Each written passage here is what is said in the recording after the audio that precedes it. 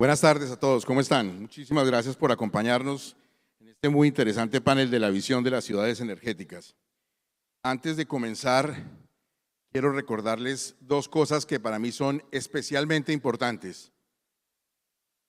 El hecho de respetar la institucionalidad y de que soy periodista, moderador, pero periodista.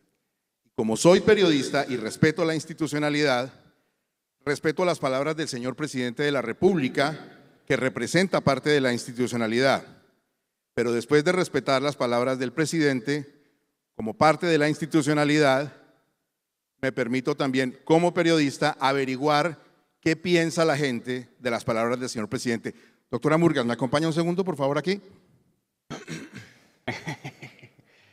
El reportaje. El presidente Gustavo Petro trinó lo siguiente hace unos minutos. Las decisiones están tomadas.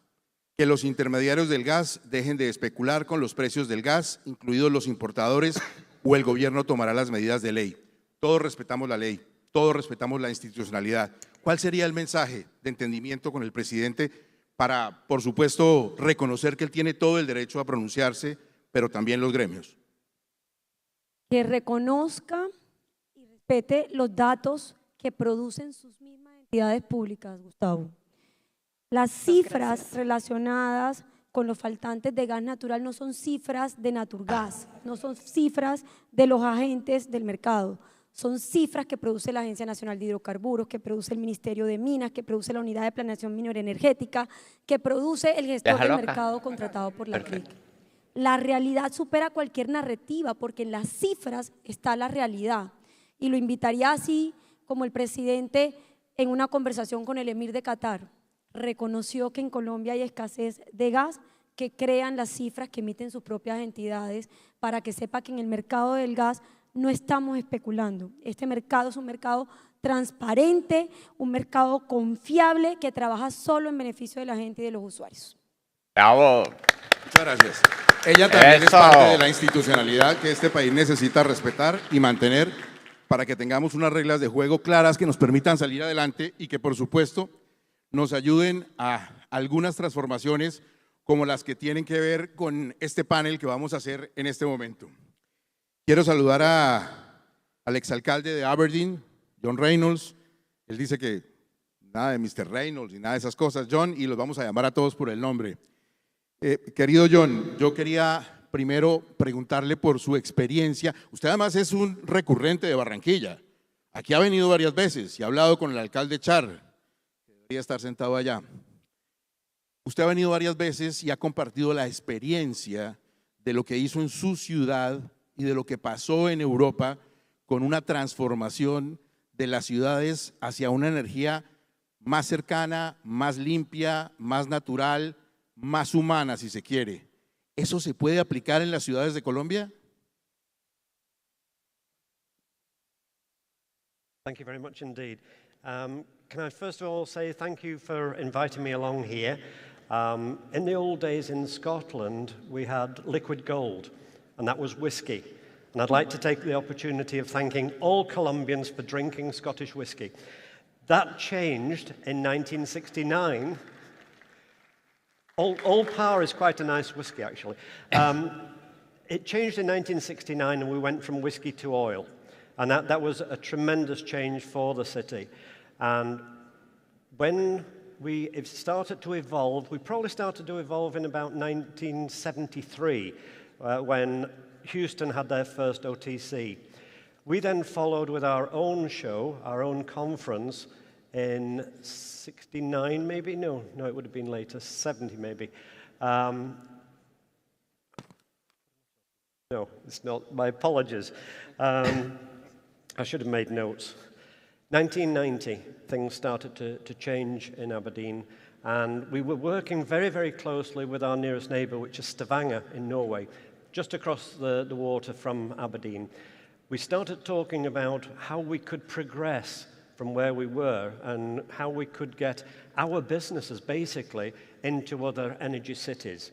So we could send delegations with them when they had an AGM in their city.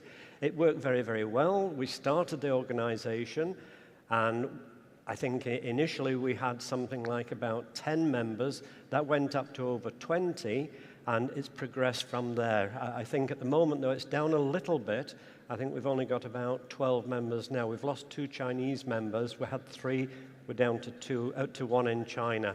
But we've also gained a lot of new members, and Barranquilla is one of those new members, and they're doing fantastically well, I'm told, so things are really good there. Over the years, you meet different people as well, and I remember a group of people coming to Aberdeen, Orlando, who is still the president of ANH. Congratulations, and keep up the good work there. We talk about oil and gas, and we talk about renewables, but it's all down to a mix, and we've considered that in Aberdeen for many, many years. It has to be a good mix. You can't take oil or gas out of the equation, because if you have a car, you've got 4 wheels. You take one wheel off, it doesn't work. But a lot of people think that you can change over straight away. I think one of the points that I was asked was, okay, you've got WECP, which is a worldwide organization. How can we do something for Latin America? My statement there would be, it's dead easy, because you nearly all speak the same language. So you don't have the problems that we had with WECP, where everybody spoke a different language, we had to have different interpreters, and it was very, very difficult. You've got the Congress here. A lot of you come from Latin America. Vast majority of you, I guess, come from Latin America. What you need to do is go back to your cities, talk to your mayors, and get them all on board. And I'm sure some of the mayors that are here today would like to actually lead the way with that as well. So get them on board. It's all about talking. I'm a salesman by profession. So you talk to people, you get them on board, and you form a new organization, which is not impossible, I can assure you. It's a thing that you could actually do, and you'd probably find that you can do it a lot quicker and a lot easier than the problems that we had with WECP when we set that up. Muchas gracias. Doctor Oviedo, le queda muy bien el verde, por lo medioambiental. Está como para la Junta de PM, por lo menos con el color. Aunque verde manzana, verde manzana. Tiene otras aspiraciones usted, ¿cierto? Claro que sí. Bueno, vamos a dejarlas colgaditas en el perchero ahora. Bogotá es un país, y yo no lo estoy diciendo en el sentido centralista de la palabra. Lo digo en el sentido de que puede tener la población de Honduras o de Nicaragua, más que El Salvador, y tiene que, como pequeño país, Bogotá, para que hablemos del caso concreto, tener alguna posibilidad de convertirse en una ciudad energéticamente sostenible. ¿Eso es ciencia ficción o puede pasar? Bueno, Gustavo, muchas gracias por la oportunidad alrededor de esa pregunta, y también un saludo muy especial a Luz Estela Murgas, a todo el equipo de Naturgas. ¿Quiere preguntarle algo a la doctora Murgas o quedamos ya tranquilos? Y a todos los empresarios de este sector tan importante para el país, y que tristemente ha sido víctima, llamémoslo así, de la ideologización del desarrollo, que es algo que nos duele muchísimo, pero que queremos canalizar ese dolor con propuestas. Y creo que alrededor de esa pregunta que tú haces sobre si Bogotá puede ser un ecosistema energético sostenible, creo yo que es el único camino que tenemos en este momento, ¿sí? Y como quisiera que ustedes vieran en este momento en las pantallas de apoyo una gráfica que inicialmente aquí estábamos invitados, personas, alcaldes, o en este caso yo concejal de 3 ciudades que representan la tercera parte del PIB de Colombia, ¿sí? Si verdaderamente no hablamos de transición energética o de la sostenibilidad del país, con 3 ciudades que tienen la tercera parte del Producto Interno Bruto de la economía colombiana, no es posible. Y por consiguiente, muy en línea con los planteamientos que ha hecho el Instituto Internacional de Energía, pues las ciudades son clave para la sostenibilidad energética, y las ciudades son claves para la transición. Tanto es así que en este país es un país bastante asimétrico. Miren, la mitad del PIB está en 15 ciudades. 15 ciudades, la mitad del PIB de Colombia, de 1.121 áreas geográficas que alojan población en el país. ¿Sí? Y de esas 15 ciudades, con casi todas hay peleas. Y hay una desarticulación entre la visión del gobierno nacional, los gobiernos territoriales, que no nos están permitiendo resolver asuntos tan importantes como, por ejemplo, las ciudades van a ser sostenibles energéticamente cuando logren fuentes renovables de energía. ¿Sí? Pero ¿dónde están las propuestas hoy de reformar la ley de propiedad horizontal para definir los incentivos tributarios o los incentivos económicos para el despliegue de paneles fotovoltaicos que nos permitan que al menos la iluminación de las zonas comunes de las propiedades horizontales de Bogotá, por ejemplo, que son casi el 80% de las unidades residenciales de la ciudad, puedan desplegarse de forma adecuada?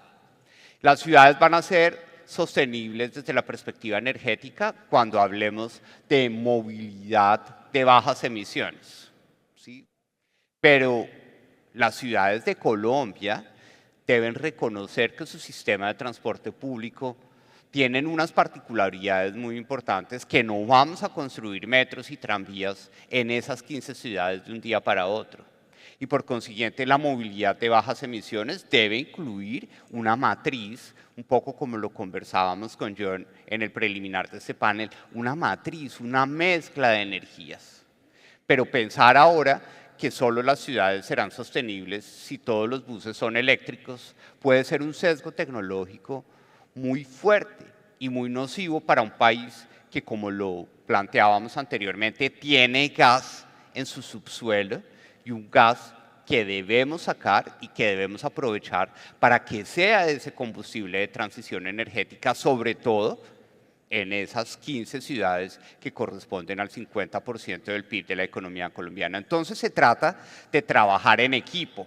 Parece una frase de cajón, pero en Colombia vamos a lograr la transición energética solo cuando esto sea un ejercicio no solo de un discurso polémico a nivel del gobierno nacional, sino una tarea articulada con todos los alcaldes y gobernadores del país.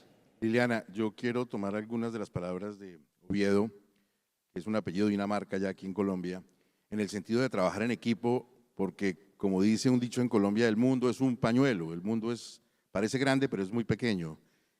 A veces vemos desde Colombia cosas que pasan en otras ciudades del mundo que son positivas y cosas que nos asustan. ¿Cómo podemos aprovechar en Colombia esas experiencias internacionales que son positivas? ¿Cómo saber cuáles son las adecuadas? Sorry, I'm very slow with the translation. Well, first of all, thank you very much for the invitation to Lustella and Camilo, who just left. But thank you very much for the invitation. And before answering your question, I would like just to comment on the statement that you just presented in the beginning. I must say that I'm very surprised by the methods that are being used by your state. And I'm talking about it from an international perspective. I'm Polish, I'm living in Hungary. And in Poland, we had communism, and these are exactly the methods that were being used by them in the past. But answering your question directly, it's my first time in Colombia. Before coming to Barranquilla, I had the chance to visit Bogota. And actually the size of Bogota is exactly the size of Hungary, which is a country.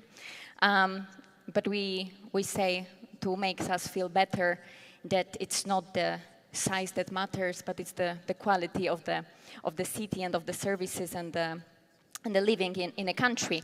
And in Hungary, we have a saying that we call the country as a keystone state, which means that country can engage with different partners, with multiple actors, but without actually succumbing to any of them. And I believe it could be also a possibility for different cities to, first of all, engage through city-to-city cooperation, and because of this, have the access to the best possible practices. But what is important here is that you need to adapt the practices to your own, first of all, economic capabilities of the city and of the country.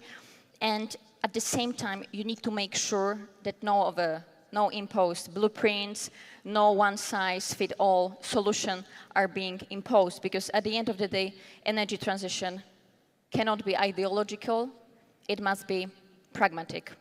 And that's the principle, at least we are trying to use in Central Eastern Europe. Ana, muchas gracias. Alcalde Fico, ¿cómo vamos? ¿Cómo está usted? Bien, Gustavo, gracias. Buenas tardes para todos. Bueno, usted representa muchas cosas aquí. Representa la lucha de las regiones por salir adelante, a veces en medio de alguna soledad, pero representa también el romper algunos esquemas como de que lo público no funciona y lo privado es una maravilla, cuando todos pueden funcionar y todos pueden ser maravillosos y muy concretos. ¿Cómo le ha ido en la experiencia de EPM en el camino de la transición y qué tan importante para un mandatario, en su caso el alcalde de Medellín, es tener una herramienta como EPM? Acá está con nosotros John Maya, que es el gerente de EPM, está también gran parte de esta institucionalidad. Es una empresa 100% pública, es una empresa que ha sido eficiente durante 70 años y que lo seguirá haciendo. Lo único que tenemos que seguir haciendo nosotros es seguir haciendo las cosas bien. Mientras otros destruyen, nosotros tenemos que dedicarnos a seguir construyendo, a seguir generando oportunidades, a seguir avanzando en estos procesos. Cuando uno mira lo que pasa hoy, la pregunta que le hacías ahorita a Luz Estela, que le agradezco esta invitación, y a todo el equipo de Naturgas, es que definitivamente uno de los elementos más importantes para poder avanzar en una transición energética responsable tiene que ser la institucionalidad, que es uno de los puntos más importantes que yo tengo aquí de pronto dentro del análisis. Dentro de lo que hoy se discute y el riesgo que tiene no el sector, Colombia, es que muchas veces dicen, no, es que hay un sector en riesgo. Aquí quien está en riesgo es el país, los usuarios. ¿A quién le llega la tarifa de energía o le llega la tarifa de gas más costosa por tener que importar? A los usuarios, especialmente a las personas que menos tienen. Yo creo que es urgente que se tomen 5 decisiones, 5 elementos que son absolutamente necesarios para superar esta crisis. El primero, acelerar los procesos de exploración y explotación de gas. Aquí nos enfrentamos frente a un dogmatismo ideológico que se está llevando el país por delante. El año pasado Naturgas y Luz Estela y muchos actores del sistema como EPM, lo hicimos nosotros inclusive, advertimos sobre la inminencia que había sobre el déficit frente al tema de gas en Colombia. El gobierno nacional lo negó y dijeron que era pánico económico, que eso era generar pánico económico. Todo lo contrario, lo que estamos era haciendo una advertencia seria con números, con cifras, y hoy demuestra que el déficit para este año es del 7.5% y que para el 2026 será el 16%. O sea que de manera urgente el gobierno nacional tiene que reconocer que esta es una crisis anunciada y que parece, o casi que uno puede ir asegurando que es una crisis autogenerada por el gobierno nacional, quién sabe con qué propósito, algo demasiado grave, y que no solo pasa en el sector del gas, pasa en la seguridad, pasa en el sistema energético de la energía eléctrica, y eso es fundamental que se haga. Al presidente Petro lo que hay que decirle es que deje el odio, que se dedique a gobernar y que entienda que el país tiene que tener seguridad energética, pero que no podemos depender de sus caprichos y de su dogmatismo. Está afectando a la gente.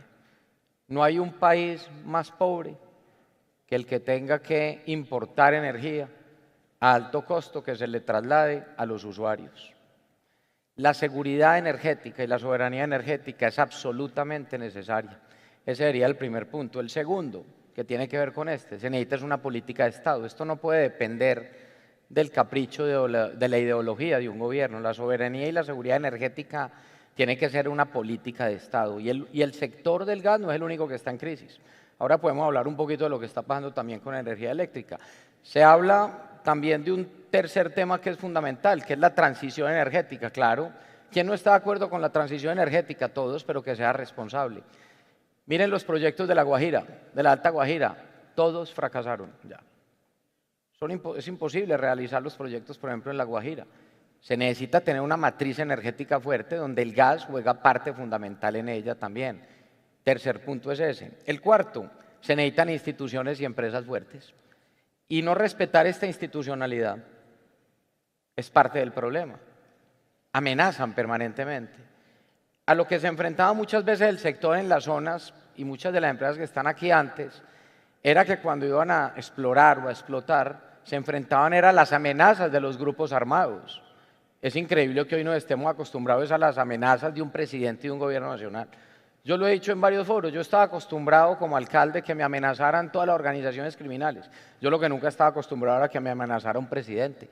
Esto le está pasando a toda la institucionalidad en el país. Y eso no puede seguir pasando.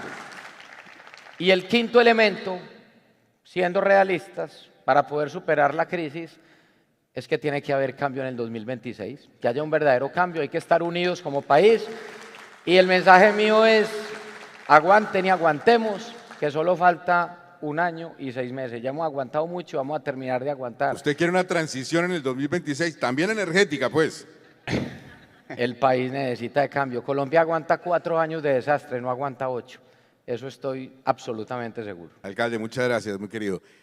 John, nosotros, ya que menciona el alcalde el asunto dogmático y de ideologías, nosotros terminamos metidos en este país en una discusión que ni sabíamos que existía, que si los técnicos o los ideólogos al frente de las entidades del Estado, ni siquiera nos lo habíamos planteado, siempre creíamos que además de los políticos que siempre se meten en las entidades, por lo menos en las cabezas de las entidades, pensábamos que lo más importante eran los técnicos, los académicos, los expertos, si se quiere en los viceministerios para hablar de los ministerios.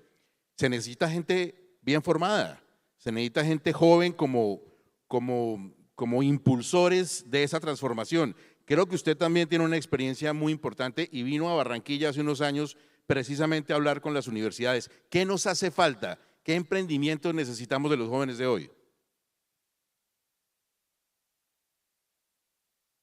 Quite simple, isn't it? The young are our future. They are the future of every country in this world.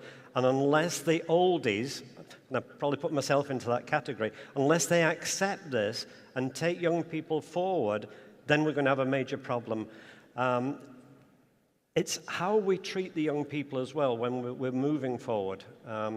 Universities, I was fortunate to go to a couple of universities. While I was here, I went to University of Norte, yes, and that was a fabulous experience. We went around the campus, spoke to some of the young people, very forward-looking. They have to be given the opportunities to be able to do what they want to do. As I say, that's in every country. Internationalization, globalization, whatever you want to call it, it's going to be here. Politicians, thank goodness in some cases, don't always stay in power. And every 4 years, 5 years, depending on the country, they have a change of president, of politicians, of councillors, of mayors, like ourselves. And sometimes it's good to keep someone in place, sometimes it's not. I was a councillor or a councilman for 34 years. And in that 34 years, my responsibility was economic development and international trade. One of the advantages of having that role for that long and also being the Lord Provost of the city, the mayor of the city, was that you were able to build up relationships with people. You were able to build up relationships not only in your own city, talking to the youngsters that are going to university. I've got 2 grandchildren at university at the moment. They're doing electrical engineering. Hopefully there will be a job at the end of the day for them. You have to talk, you have to take people on board. And when you're the mayor of a city, you have to listen to what your business community are asking for. They're looking for support. I've been very fortunate that I've been able to feed into the system, the larger political system, what their thoughts are. And sometimes by not having confrontation within politics, you get things done. I realize how passionate people can be, particularly when there's an election coming up. And I'm just glad that I was an independent councillor rather than a politician. It does help to be able to build bridges. There's absolutely no doubt about it. Internationally, Aberdeen was a member of WECP, we formed WECP. We're a member of CPMR, which covers the Mediterranean coast and the North Sea coast. We're members of the North Sea Commission. All international stuff where you spoke to people. And before we left the European Union with Brexit, we actually managed to get quite a lot of money out of the EU to build a fleet of hydrogen buses, which we were the first in Europe to actually have these hydrogen buses. And then, of course, we left Europe and we lost the opportunity of actually getting more money from them. But yes, I think with regard to education and our young people, we've got to look forward. We've got to say, yes, we've got to do things that are sustainable, not something that will go with a president or go with a prime minister. I voted Labour for the first time. I suppose in many respects I'm a liberal at heart, but I voted Labour for the first time at this general election because of things that they'd promised. The manifesto quoted this. There are a lot of things that weren't in the manifesto, but they said, yes, we're going to do that. I was very disappointed at the result. We've ended up with a government that have taken payments off pensioners. Pensioners used to get £100 each warm weather payment or warm winter payment. They've taken that off. They've put national insurance up. But they've given train drivers who are on a huge amount of money, they've given them a huge rise. And it doesn't seem very fair when you've got a party in the UK, the Labour Party, who is supposed to be looking after the people. And I think what happens sometimes, people get into power and they forget what they're there for. They forget who's actually got them in and what it's all about. And I plead with anybody that's going into politics, particularly the big politics, concentrate on your roots, listen to your people, listen to your businesses, because if you only listen to the people and not the businesses, you haven't got the whole picture. You've got to listen to the SMEs within your city or within the country, if it's a president or a prime minister. If you don't, then you'll probably go down the wrong road and you won't get re-elected. Gracias. Esta semana estaba haciendo, Oviedo, una de las cosas que más me gustan, que es repetir películas. Y a veces solo descubro al final de la película por qué la repetí. Estaba repitiendo la película con Mark Wahlberg del atentado en la maratón de Boston. Y descubrí al final de la repetición, porque ya no me acordaba muy bien de la película, sí del episodio, que yo la estaba viendo porque me había quedado en el corazón la emoción de ver una ciudad unida frente a, en este caso, una tragedia para salir adelante. Y siempre estamos como soñando los colombianos con esa unidad. Lamentablemente vivimos épocas de polarización, de extremos, y esto me lleva al campo también de la transición.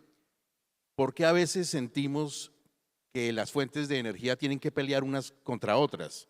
¿Por qué el gas en el que todos confiamos y al que todos queremos y debemos tanto en nuestros hogares tiene que estar enfrentado al petróleo, el petróleo al eólico, el eólico a los paneles solares de los estratos 1, 2 y 3 como subsidios? ¿A qué hora nos dejamos meter en esa pelea si todo tiene su parte amable y positiva para una sociedad?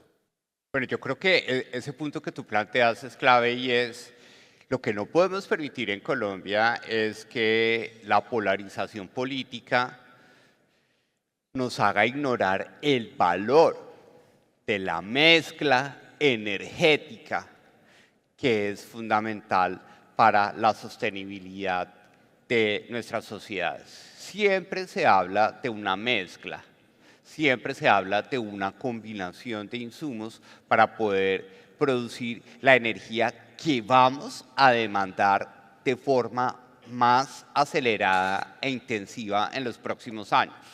Porque si hablamos de sostenibilidad en las ciudades, que sabemos que a nivel global representan el 80% del Producto Interno Bruto, pues sabemos que tenemos que hablar de vehículos eléctricos, pero también de las estaciones de carga para esos vehículos eléctricos. Tenemos que hablar de las redes de interconexión eléctrica para garantizar que tengamos el fluido de forma constante. Necesitamos hablar de la energía de transición o de la energía de reserva, que es el gas natural.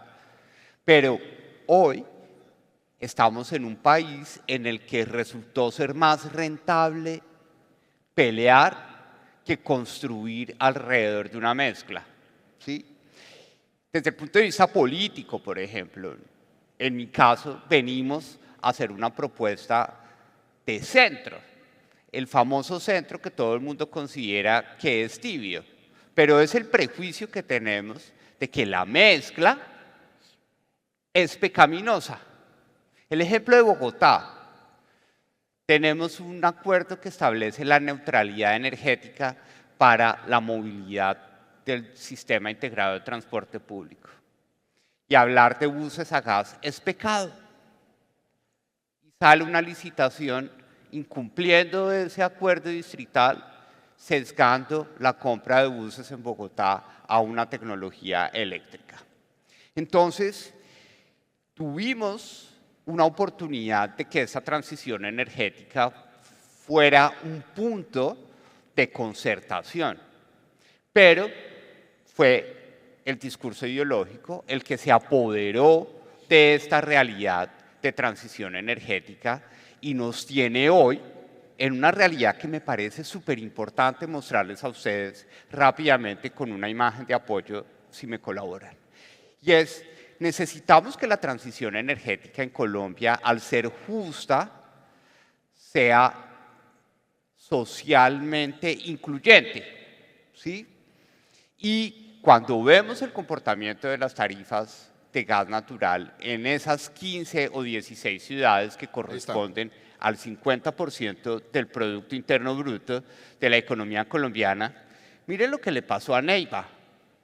Neiva, la factura de 50.000 pesos en agosto del 2022, la misma casa, las mismas personas en Neiva, esa factura en agosto del 2022 de 50.000 pesos, que en febrero del 2020 costaba justo antes de la pandemia 49.500 pesos, pasó a pagar 103.000 pesos, ahora en febrero de 2025. ¿Cómo le vamos a decir a la gente que la transición energética es socialmente incluyente cuando a la gente del Caribe colombiano, como ven ustedes, ciudades como Barranquilla y Cartagena, además de decirles que pasa esto con la tarifa de gas, pasa esto con la tarifa de electricidad? Entonces, aquí creo yo, tenemos un mensaje de sustancia política. Estamos viendo que la polarización y los extremos son costosos y son socialmente costosos, porque los que están pagando los caprichos, como lo mencionaba el alcalde Federico, pero también los sesgos ideológicos de no reconocer la realidad del país que somos, nos están llevando a que seamos los usuarios los que estemos pagando este costo tan importante desde el punto de vista de una improvisación y una irresponsabilidad alrededor de una transición energética en un país en el que nunca hemos encontrado la plata que nos dio el gas, el carbón y el petróleo en el boom de commodities que tuvo América Latina entre 2008 y 2015. No la hemos encontrado, no ha habido turismo, no ha habido manufactura, no ha habido agro que permita encontrar estos recursos.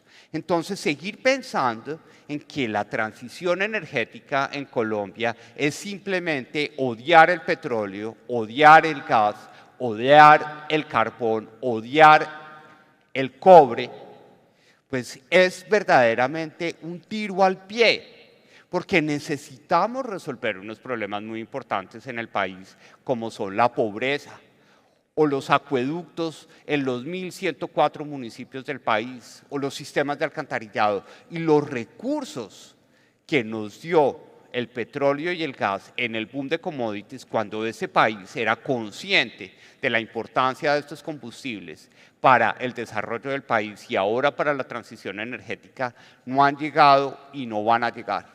Y por eso coincido con el alcalde Federico que aquí necesitamos que verdaderamente Colombia entienda que la transición energética se hace con el gas y que tal vez podemos no solo ser el país del agua, sino el país del agua con gas, en donde el gas financie los acueductos y los alcantarillados de todos los municipios del país. Oviedo al poder. Eso. Liliana, voy a citar otro dicho, otra frase de sabiduría popular colombiana. Presento excusas allá a las traductoras que están en la cabina como de la antigua Telecom en los pueblos, que deben estar estresadas con esto de los dichos colombianos. Del afán no queda sino el cansancio. Por hacer las cosas muy rápido a veces pueden salir mal. ¿Cuál es la velocidad de la transición energética? ¿Qué tan rápida debe ser o cómo saber si el acelerador está bien o está mal cuando se hace la transición energética? Oh, that's a very difficult question, I must say. If I knew, I would tell you. Well, you know, in the European Union, we have actually, I would say, quite similar problems that they were just described. So, first thing first, war in Ukraine. We had to completely redefine our energy mix in the European Union. But it has started long before, in 2019, with the so-called Green Deal policy, with the goal to become, of course, the first ever neutral continent and be an example for the others. And I believe here is a mistake. First of all, we cannot be examples for everybody, but in the European Union we have this tendency that we go everywhere and we're trying to teach everyone about everything, even though we don't know how to do it in our own countries.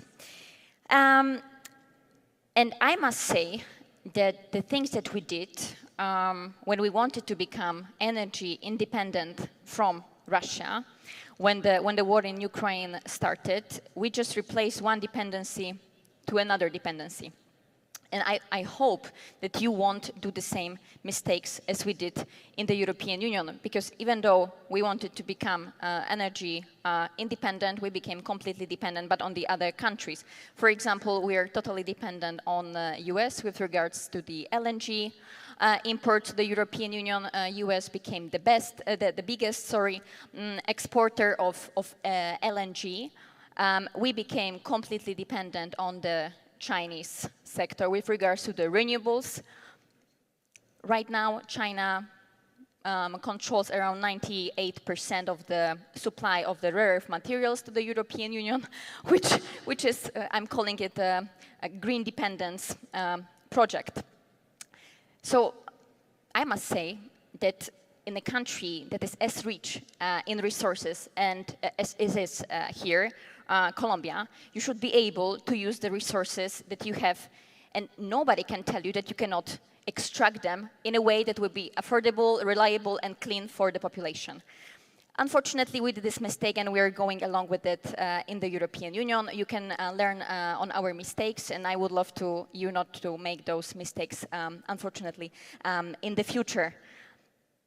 Right now in Poland, we're paying the highest electricity bills if you look at the European Union. Why? Well, first of all, of course, the sanction on Russia is one of the reasons, but another reason is that energy mix of Poland is still very much reliant on coal due to our historical reasons and actually the fact that we have the coal and we should have the right to use the fuels that are there. But unfortunately, we need to pay a certain amount of money per by 1 ton of CO2 that we are emitting.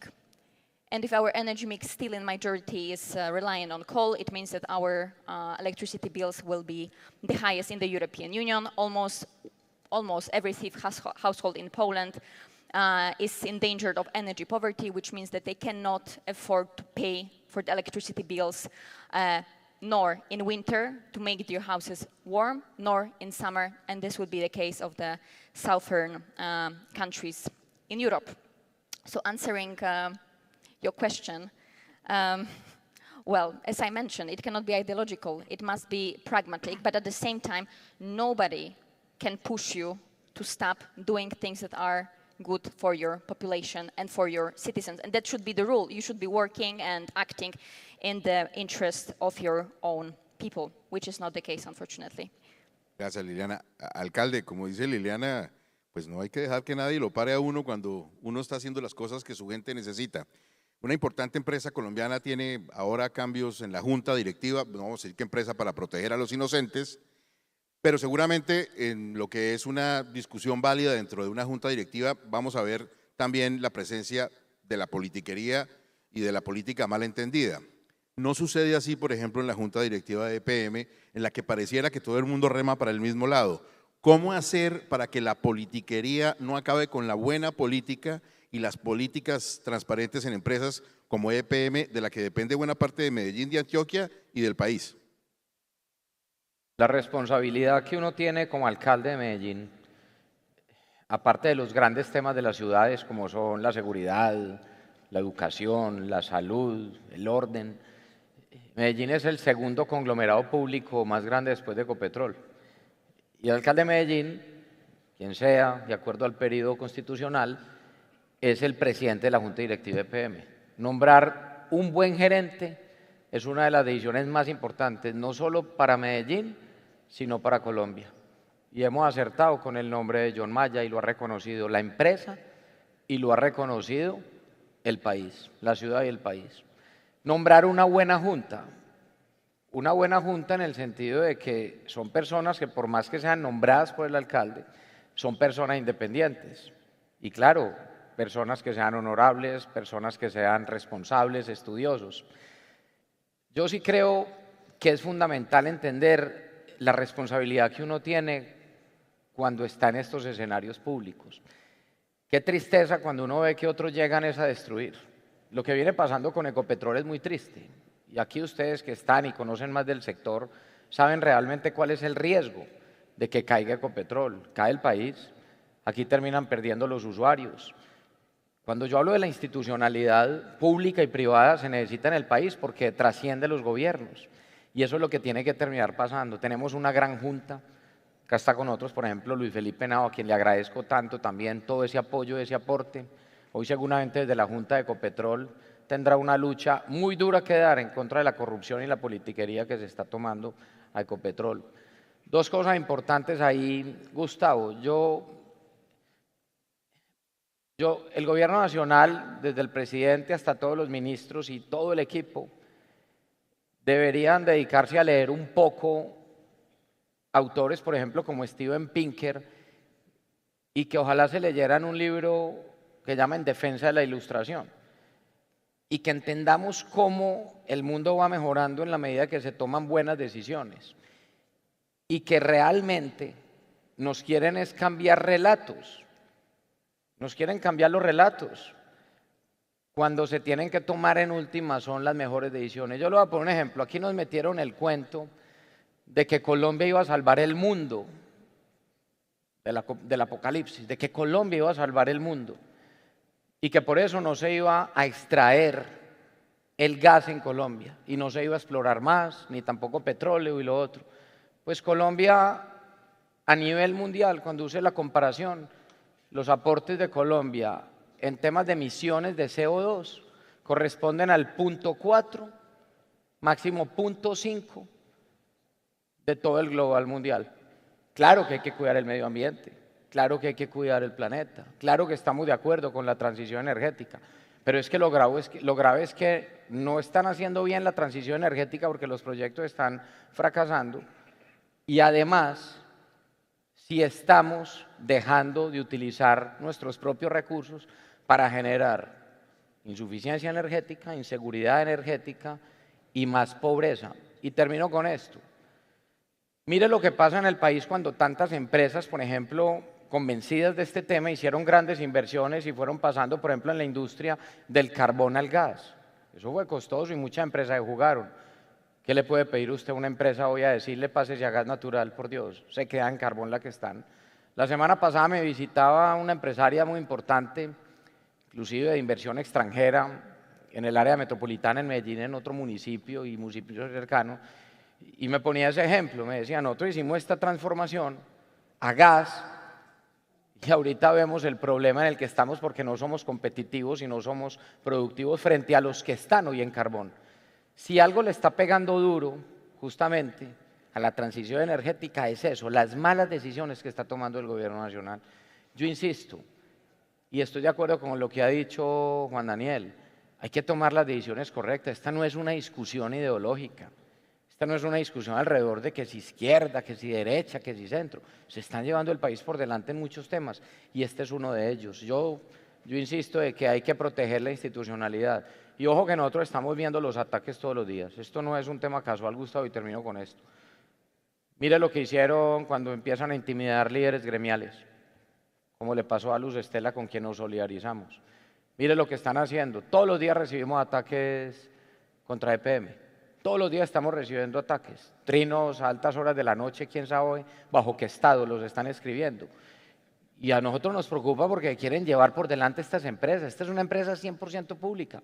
Y nosotros, y no es un tema, y yo les mando un mensaje a todos los colombianos, esto no es un tema solo de los paisas, como algunos dicen, no, que defiendan allá esos paisas. EPM hay que defenderla como país. Y es una empresa que hay que seguir cuidando. Y espero que entendamos que nos tenemos que defender y cuidar entre todos. Bueno, ustedes aquí habrán visto a cuatro personas muy serias. Ustedes son gente seria. Yo también, yo trabajo en radio. La radio es como un reloj en Colombia. Los programas empiezan a una hora y acaban en una hora. Quedan 4 minutos.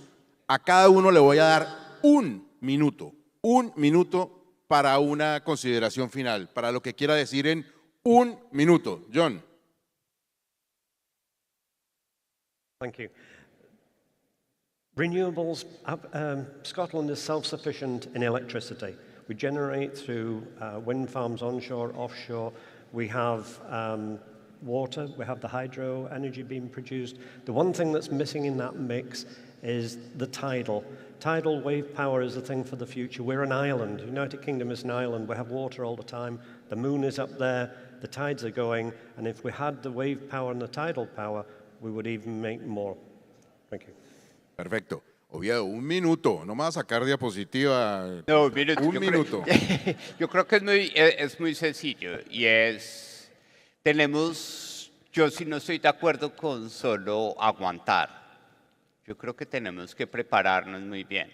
¿Sí? Lo que viene va a ser aún más difícil, ¿sí? Porque implica reconstruir instituciones que hemos afectado e implica también reconstruir decisiones energéticas que no vamos a recuperar en el muy corto plazo. Y hay que pensar muy bien en cómo nos preparamos para enfrentar las restricciones más fuertes desde la perspectiva energética hacia 2026 y 2027, y por eso más que pensar en un debate electoral de gallos de pelea, necesitamos entender cuál es esa feria de soluciones y de propuestas concretas que nos van a permitir tener un futuro alrededor del desarrollo en este país. Liliana, un mensaje en 1 minuto. I will be quick.